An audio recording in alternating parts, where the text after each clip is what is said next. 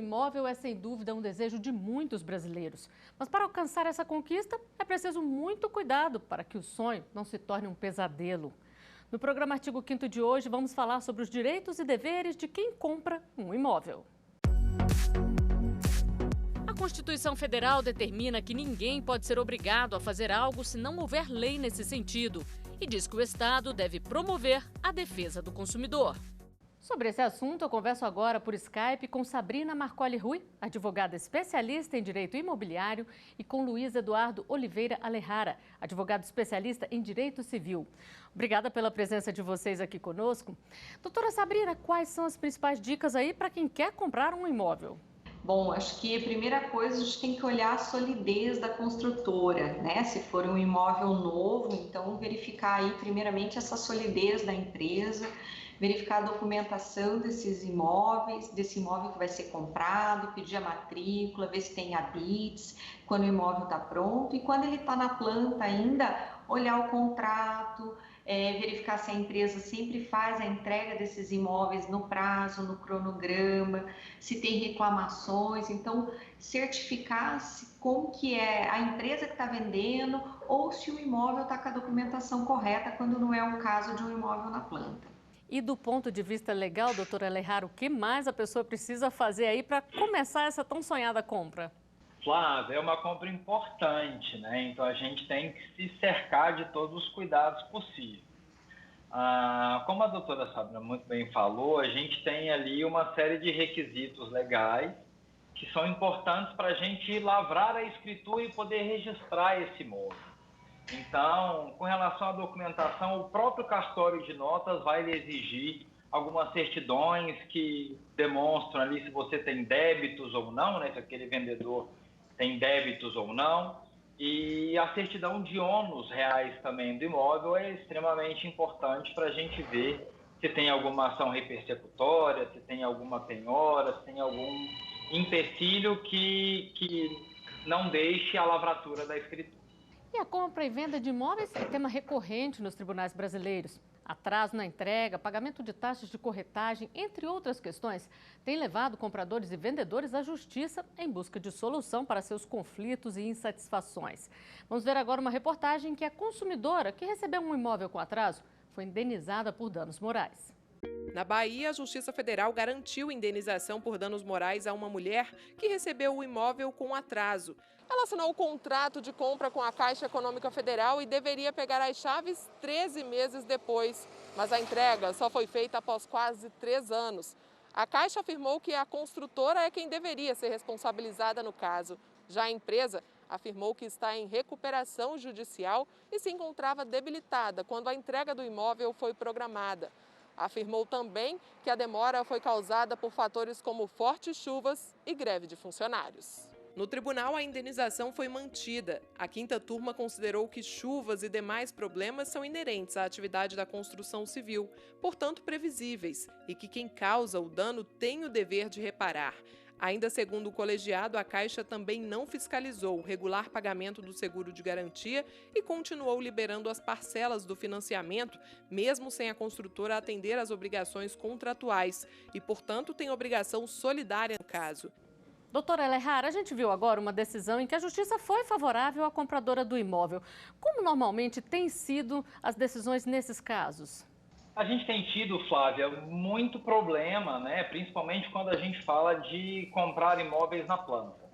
Então, as construtoras acabam atrasando, ou então, às vezes, nem entregando. Então, muito importante a gente analisar a solidez da construtora, como bem mencionado pela doutora, tá? Para evitar esse tipo de surpresa desagradável.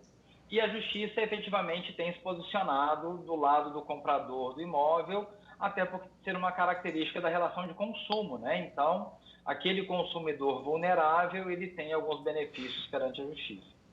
E aí, geralmente, o que acontece? O consumidor, se ele não consegue ter o imóvel dele, ele tem que ter todo o valor investido ali de volta? A gente tem hoje em dia, muito comum nos contratos, a previsão já em caso de atraso de um ressarcimento que gira em torno de 0,5% do valor ali pago ao imóvel, que como se fosse uma compensação pelo aluguel. A ideia é de que se aquela pessoa está comprando um imóvel, eu acho que a gente tem duas coisas para fazer com o imóvel. Ou utilizar como residência própria, tá? Ou então como um escritório, coisas assim, ou utilizar aquilo como uma fonte de renda e um aluguel. Então, essa taxinha de 0,5%, que já vem prevista, inclusive, nos contratos, é uma forma de indenização para um caso de atraso. Se efetivamente não for entregue o imóvel, aí a gente vai ter uma rescisão contratual com a devolução dos valores pagos, reajustados, com multa, com as multas e juros previstos ali no contrato, que não impede também daquele consumidor de buscar a justiça e pleitear alguns outros prejuízos que não estavam previstos em contrato. Doutora Sabrina, e além desse atraso na entrega ou até da efetiva não entrega do imóvel, quais são os outros problemas que muitas vezes o consumidor passa ali ao comprar um imóvel novo? Então, Flávia, tem muita situação onde a pessoa, ela compra, a empresa entrega esse imóvel, mas entrega com um atraso grande, né? Então, isso também gera uma série de indenizações, como o doutor estava falando no caso da não entrega efetiva do imóvel. E outras situações são quando o imóvel vem com uma série de vícios. Então, tiveram apartamentos aí onde foram comprados e chega na hora que você recebe, não cabe nem a cama de casal dentro do quarto, que era para ser a suíte master ali. Então, tudo isso também vai demandar uma série de indenizações. Infelizmente, a pessoa vai ter que checar, acabar indo atrás de um advogado, um profissional e recorrer da justiça para isso. Por isso que a gente sempre orienta, é mais importante checar antes da compra, né? Verifique esse memorial descritivo do imóvel, veja efetivamente as medidas e considere sempre que, embora o contrato preveja a medida de cada cômodo, de cada área, é aceito pela jurisprudência e a legislação também, que pode ter uma margem de erro de 10%. Então, dentro desse quarto, desse imóvel que você está comprando, 10% de erro, o que vai te trazer isso? O que vai implicar no teu dia a dia? Então, isso são situações que a gente alerta que é bem importante verificar, porque já aconteceram isso, depois que compra, né, você às vezes faz essa compra tão sonhada de um financiamento também que vem longo, e aí a hora que você recebe, vai efetivamente morar, não era nada daquilo que você estava esperando, e aí você vai ficar anos a fio aí pagando esse imóvel. Muitas vezes as pessoas até se encantam, né? Vai lá ver um apartamento decorado, que é simplesmente como se fosse uma maquete ali, ou um cenário, vamos dizer assim. E depois, quando vai mudar, não cabe nada daquilo que estava lá, né? Sabe, Flávia, tem uma situação que é bem importante. Esses apartamentos decorados, geralmente eles não trabalham com os móveis em metragem padrão.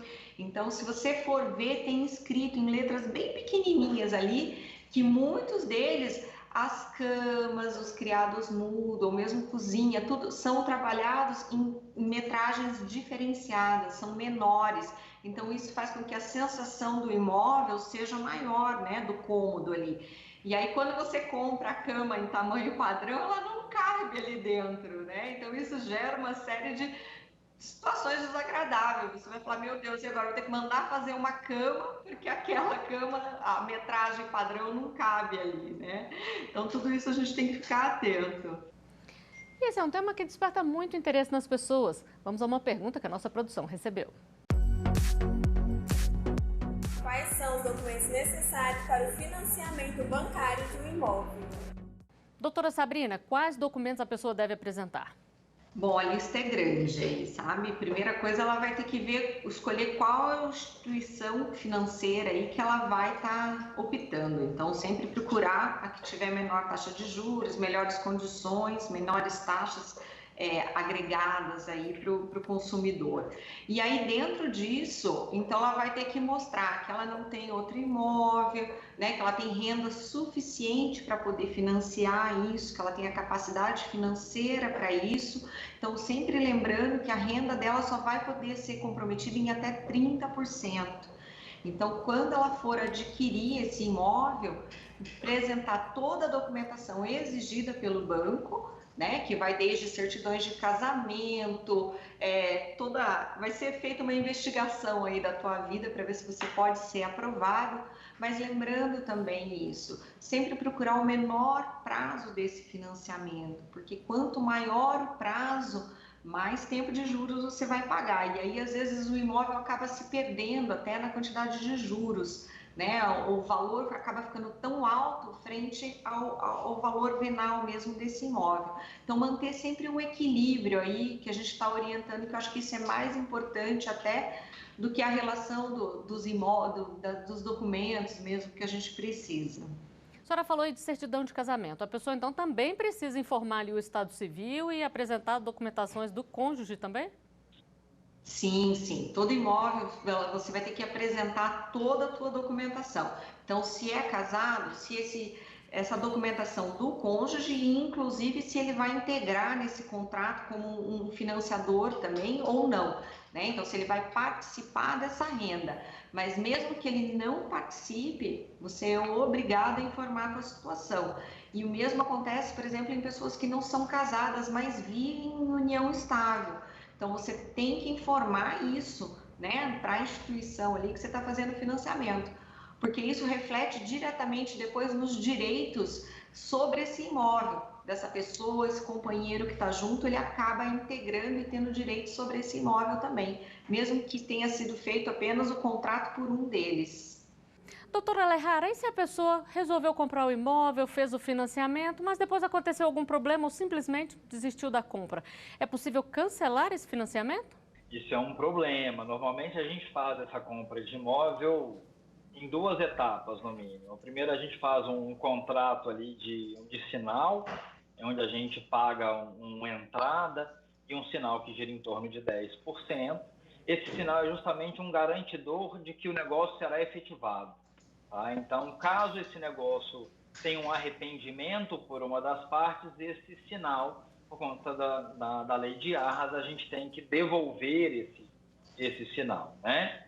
Óbvio que em algumas situações o próprio contrato tem a liberdade de prever. É muito comum a gente ver a pessoa que dá o sinal e depende do financiamento bancário, como a doutora Sabrina falou, e não consegue. Então, em alguns casos, eu tenho indicado, inclusive, para que a gente coloque uma cláusula que, caso o financiamento bancário não consiga ser liberado por qualquer motivo, esse valor de arras não será perdido.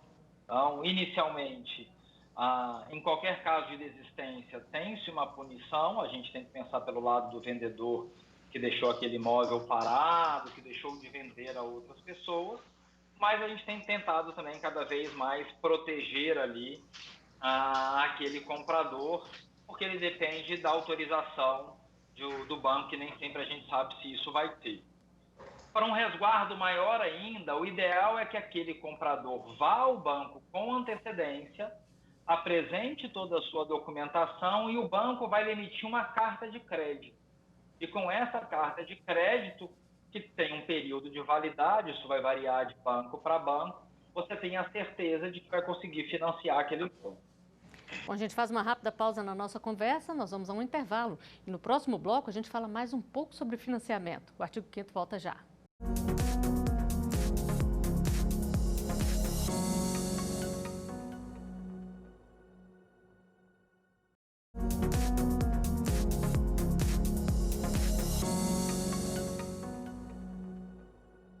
O artigo 5º está de volta, hoje falando sobre compra de imóveis. Muitos vão em busca da tão sonhada casa própria e se esquecem de um ingrediente importante para que essa receita dê certo, a cautela. Sobre esse assunto eu converso agora por Skype com Luiz Eduardo Oliveira Alejara, advogado especialista em Direito Civil, e com Sabrina Marcoli Rui, advogada especialista em Direito Imobiliário. E esse é um mercado que teve aumento de vendas mesmo durante a pandemia. Segundo dados da Associação Brasileira de Incorporadoras Imobiliárias, o setor apresenta o melhor resultado em 6 anos, com um crescimento de 58% em comparação ao ano passado. E a gente continua a falar sobre financiamento de imóveis, já que muitas pessoas precisam recorrer a uma instituição financeira. Vamos a mais uma pergunta. Gostaria de saber qual a renda mínima para eu poder estar financiando um imóvel e quanto que eu posso comprometer nessa renda. Doutora Alejara, como responder essa pergunta? Flávia, a gente não tem uma renda mínima, mas a doutora Sabrina já tinha indicado para a gente que o comprometimento é de até 30%. O entendimento é de que esse valor de 30%, com os 70% que sobra, em verdade, a gente conseguiria manter um padrão de vida mínimo digno para você seguir com a sua vida. Os critérios de renda, eles vão variar de banco para banco.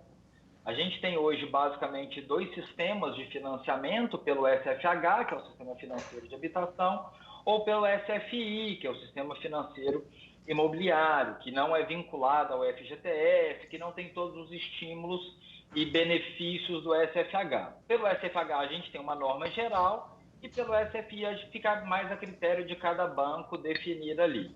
Não só a renda é importante, mas a gente tem outros pontos como outros bens em garantia, o relacionamento que você tem com aquele banco em específico. É muito comum cada vez mais os bancos consultarem o score dos bancos de dados ali, como Serasa e SPC. Quanto maior o seu score, mais fácil ficaria a aprovação desse financiamento. E faz diferença, doutora Sabrina, se o financiamento é para um imóvel novo ou para um imóvel usado? A diferença está fazendo no limite da entrada, né? Como o doutor Alejara até comentou ali, vários bancos exigem 10% de entrada. Quando vai fazer a compra do imóvel, ali você acaba dando 10% ou 20% de entrada para um financiamento. E se o imóvel é usado, às vezes esse limite pode ser maior. Né? Então, aí fica a questão do limite da entrada que vai ser feito para o financiamento mesmo.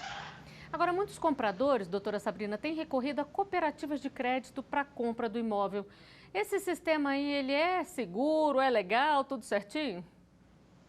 Olha, essa é uma ótima oportunidade que surgiu, né? No final do ano passado, aí teve uma resolução nova do Banco Central que permitiu que as cooperativas de crédito passassem a oferecer também esse tipo de sistema de financiamento. Então, veio em novembro aí do ano passado, a gente está fazendo um ano já que elas estão podendo oferecer esse suporte. E é muito interessante, porque ela está com taxa de juros menores, menos coisas agregadas no contrato de financiamento. Então, às vezes, o seguro, você pode escolher uma seguradora separada, porque às vezes num banco privado mesmo, ou um banco maior, você não tem essa possibilidade, você tem que ficar vinculado à seguradora que o banco te oferece, embora a gente saiba que a lei não permite esse tipo de, que são as chamadas vendas casadas, a gente sabe que é o que acaba acontecendo. E na cooperativa você tem uma maior liberalidade com isso. Então, você consegue, às vezes, escolher uma outra seguradora que te faça um valor menor e tudo isso vai impactar diretamente no teu financiamento, na parcela financiada. Então, ela vem, assim, no momento ideal, né? Que apesar de ter crescido muito o aumento aí desses financiamentos, agora a venda dos imóveis está crescendo bastante, mas a gente está passando por um momento também difícil, onde muitas famílias estão aí tendo a renda diminuída, perdendo empregos. Então, sempre se atentar ao valor dessa parcela e o que você puder reduzir é sempre importante, né? Então, inclusive, a gente tem orientado vários clientes a fazer a portabilidade, que hoje é possível, desse financiamento para uma cooperativa de crédito. Pois é, doutora Alejara, mas aí é bom checar direitinho o exemplo do que vocês já disseram antes aqui, que a pessoa deve fazer com a instituição que ela está recorrendo, não é mesmo? Tem que se cercar de todos os cuidados. As cooperativas têm trazido aí, sem dúvida nenhuma, um benefício muito grande. E a gente tem que lembrar que essas cooperativas são autorizadas pelo Banco Central, elas passam por um crivo bem importante do sistema financeiro nacional nosso e, na maioria delas, são sólidas, né? O que a gente tem tido muito problema, Flávia, são nas cooperativas de construção. Aí sim a gente tem tido alguns problemas.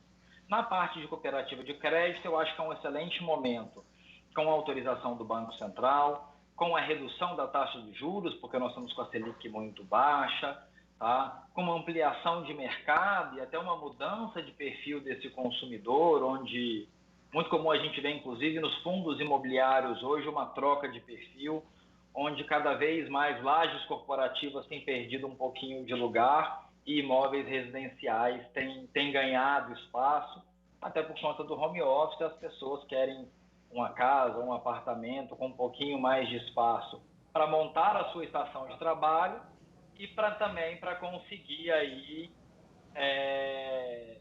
ter um pouco mais de conforto com a sua família. Vamos agora a uma dúvida que com certeza muitos futuros compradores de imóveis têm. Como utilizar o FGTS para comprar um imóvel? Doutora Sabrina? A pessoa, para poder utilizá-la, tem que ter pelo menos 3 anos de carteira assinada, né? Então, cumprindo essa primeira regra das 3 anos aí, ela vai começar a ver se ela está apta a poder usar o FGTS.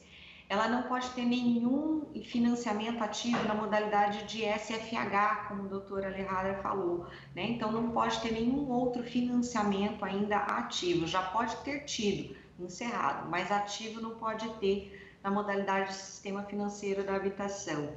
Ela não pode também ter outro imóvel no mesmo município, tá? E tem que ser um imóvel residencial que ela tem que estar comprando e ela tem que morar ou residir no município que ela está comprando esse imóvel. Então, essas são as primeiras 4 regras aí que ela tem que atender. Feito isso, ela pode dar início à utilização desse fundo de garantia. Isso vale, doutora Alejandra, tanto para imóveis novos quanto imóveis usados? A gente tem a possibilidade de utilizar o FGTS tanto nos novos quanto nos usados. A gente tem uma diferencinha, como a doutora Sabrina falou, inclusive, de percentuais de financiamento, mas eu tenho essa possibilidade para utilizar tanto no novo quanto no usado. E se a pessoa tem um relacionamento ali estável, é casada, pode usar o FGTS de um e de outro ou não? Pode. A doutora Sabrina também deu um spoiler ali, falou para a gente da composição de renda, né? Então, se ambos têm ali uma renda interessante, é melhor eles comporem ali para conseguir um valor de parcela maior ou conseguir um valor maior ali de financiamento. Então, ambos podem utilizar o seu FGTS para essa finalidade. Imóvel comprado, financiamento feito, o sonho se torna realidade. Mas logo aparecem alguns probleminhas no imóvel. E é sobre isso que é a nossa próxima pergunta. O que é vício oculto em imóvel? Doutora Sabrina, o que é esse vício oculto aí? O vício oculto, ele vem aí quando a gente descobre, depois de morando, alguns problemas que interferem diretamente na tua qualidade de vida e fruição desse próprio imóvel, né? Então, às vezes, você, depois que comprou, começa a cair, descolar todos os azulejos desse imóvel. E isso não se dá, assim, logo depois da compra, mas um ano depois, você usando esse imóvel. Por exemplo, já tivemos situações onde o azulejo da cozinha inteira do imóvel veio abaixo, né? Então, isso caracteriza, sim, como um vício oculto, porque no momento da vistoria, você foi lá, olhou esse imóvel, ele estava perfeito. Então, sempre que você recebe um imóvel novo, é feita uma vistoria e ali dentro está tudo bonitinho e depois começam a acontecer situações. Então, ou como essa que eu mencionei, né, que a gente já teve um cliente que aconteceu isso, os azulejos se soltam ou infiltrações que começam a comprometer esse imóvel. Então, todos esses vícios, eles são caracterizados como vícios ocultos. E eles são vícios que surgem com o próprio uso do imóvel mesmo. E aí que começam as pequenas dores de cabeça. Pequenas que podem se tornar grandes, né? Qual é o prazo aí, doutora Alejandra, para a pessoa reclamar disso e quem é que se responsabiliza também por consertar? Pois é, e em regra, quem responsabiliza é a construtora se a gente está falando de imóveis novos, né? Se a gente está falando já de imóveis usados, a gente tem um probleminha um pouco maior, porque aquele vendedor que já comprou de uma outra construtora é mais difícil de cobrar.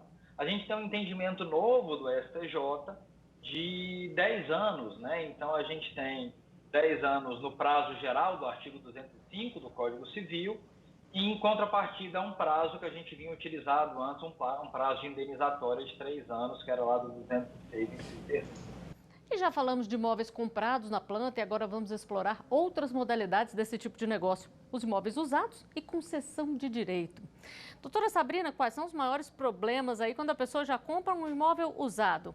É mais fácil dar problema do que imóvel novo ou não? Fica mais difícil quando você está comprando um imóvel que já foi usado, né? Porque para você poder acionar o construtor, fica mais delicada a situação, porque já teve um antigo morador, então começa a se discutir como que esse imóvel foi usado, se efetivamente o dano ali que está ocorrendo nesse imóvel é do morador anterior ou seria da construtora. Então começam a ter algumas situações mais delicadas e que podem demandar um processo maior, né? Mas existe, claro, dá para ser feito, a gente pode fazer uma perícia, pode-se até fazer a perícia antes de um processo judicial, para a gente poder verificar efetivamente quais são esses danos, quais são as origens e quem seriam os responsáveis aí por ele, para a gente poder até depois poder acionar isso. Então, se seria realmente um dano ocasionado pelo antigo proprietário, que foi o vendedor, ou se mesmo assim tendo um vendedor, a gente tem como acionar a construtora. Então, a gente tem que orientar e sempre partir para um laudo técnico aí nesse caso, porque nós, como advogado, aí, eu, o doutor Luiz, a gente precisa de alguns especialistas para poder orientar qual vai ser o melhor caminho, né? Então, a gente é sempre importante também fazer essa perícia nesse imóvel para poder determinar quem que seria o causador do dano, né? E ver qual a melhor forma de estar dando uma solução para essa situação. E quando o imóvel não é escriturado, doutora Lehara, tem cessão de direito ali, os cuidados são maiores ainda, né? A gente tem que tomar um mega cuidado com isso. Primeiro porque a escritura pública, o registro, nos dá uma segurança muito grande.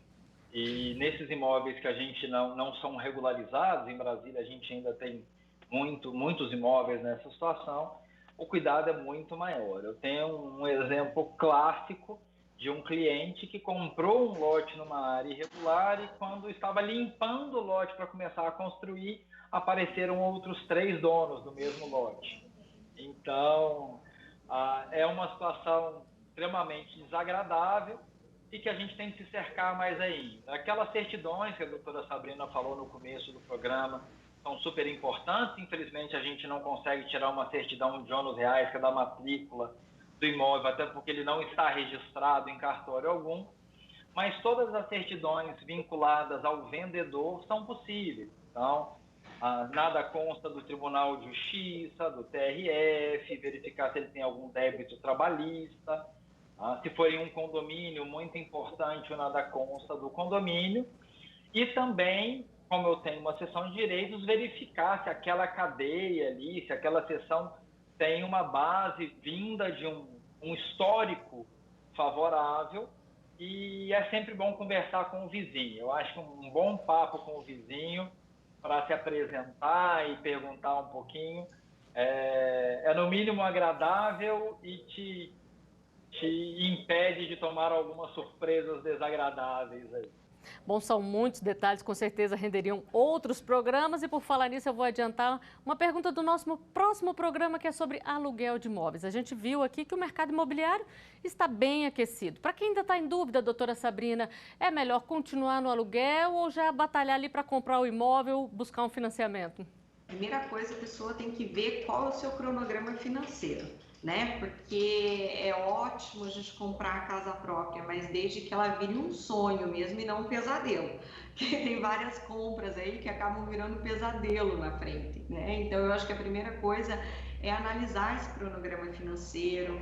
Muitas vezes a gente orienta que a pessoa faça uma reserva, fique no aluguel, mas vá fazendo uma reserva para que possa dar uma boa entrada para a aquisição desse imóvel.